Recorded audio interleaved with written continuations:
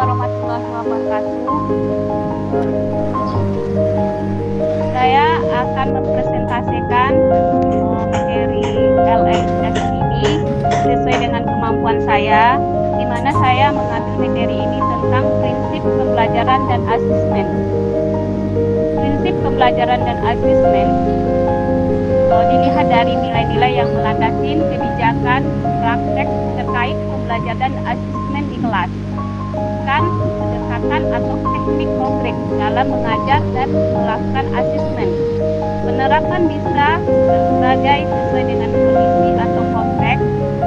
Guru perlu memahami prinsip-prinsip yang melandasi pembelajaran dan asesmen, bukan sekedar perilaku yang diharapkan. Misalnya, ketika menggunakan rubrik, guru perlu tahu mengapa instrumen terus digunakan dalam asesmen. Prinsip pembelajaran mencapai profil Pancasila perlu terwujud pembelajaran yang satu, dirancang dengan mempertimbangkan tingkat pencapaian peserta didik saat ini sesuai dengan kebutuhan belajar serta mencerminkan karakter dan perkembangan mereka. Dua, dirancang dengan dilaksanakan untuk membangun kapasitas belajar peserta didik dan kapasitas mereka menjadi pembelajar yang hayat. Tiga, mendukung perkembangan kognitif, kreatif peserta didik secara berkelanjutan dan holistik. Empat, relevan, yaitu pembelajaran yang dirancang sesuai konteks kehidupan budaya peserta didik serta melibatkan orang tua, komunitas sebagai mitra. Lima, berorientasi pada masa depan yang berkelanjutan.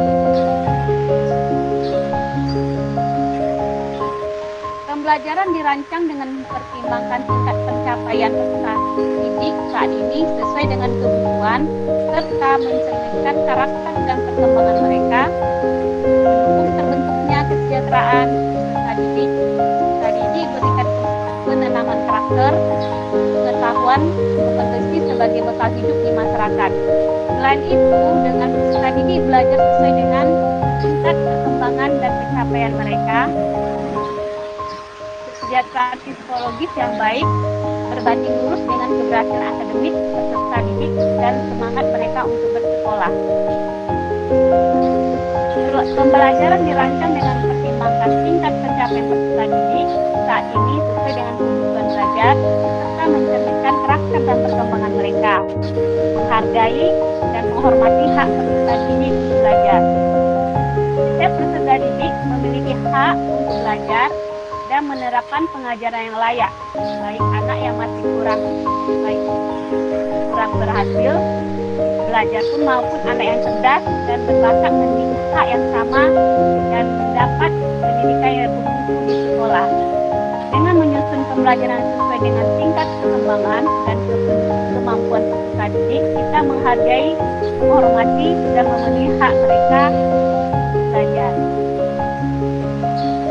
Pembelajaran dirancang dalam mempertimbangkan tingkat pencapaian peserta didik saat ini sesuai dengan kebutuhan belajar serta mencerminkan karakter dan perkembangan mereka, menyenangkan dan bermakna. Pembelajaran yang bermakna adalah pembelajaran yang dipahami oleh peserta didik, memahami keterhubungan antara setiap potongan pengetahuan dalam keseluruhan konsep yang utuh. Menyertakan kegiatan bermain dalam pembelajaran adalah salah satu cara meningkatkan motivasi belajar peserta didik. Pembelajaran dirancang dalam pertimbangan tingkat pencapaian peserta didik saat ini sesuai dengan kebutuhan belajar serta mencerminkan karakter dan perkembangan mereka. Misalnya inklusif, mempertimbangkan tingkat perkemampuan dan kebutuhan setiap peserta didik, berarti tidak ada satupun anak yang tertinggal. Yang kedua, tingkatnya semua anak dan latar belakang apapun mendapat kesempatan yang sama untuk belajar dan meningkatkan kemampuan akademik mereka. Pembelajaran dirancang dan dilaksanakan untuk membangun kapasitas belajar peserta didik dan kapasitas mereka untuk menjadi pembelajar yang sepanjang hayat, menanamkan growth mindset peserta didik yang memiliki growth mindset yang kuat akan terus berupaya untuk bisa menguasai apa yang sedang dia pelajari. Yang kedua, dengan growth mindset yang kuat, mereka peserta didik akan mendistribusikan kegagalan mereka pada kekurangan upaya mereka. Selain itu, grounding step berbanding lurus dengan motivasi belajar. Semakin kuat grounding step mereka, semakin tinggi motivasi mereka untuk terus belajar. Pembelajaran yang relevan yaitu pembelajaran yang dirancang sesuai dengan konteks kehidupan, menghargai budaya peserta didik, serta melibatkan orang tua dalam komunitas mitra.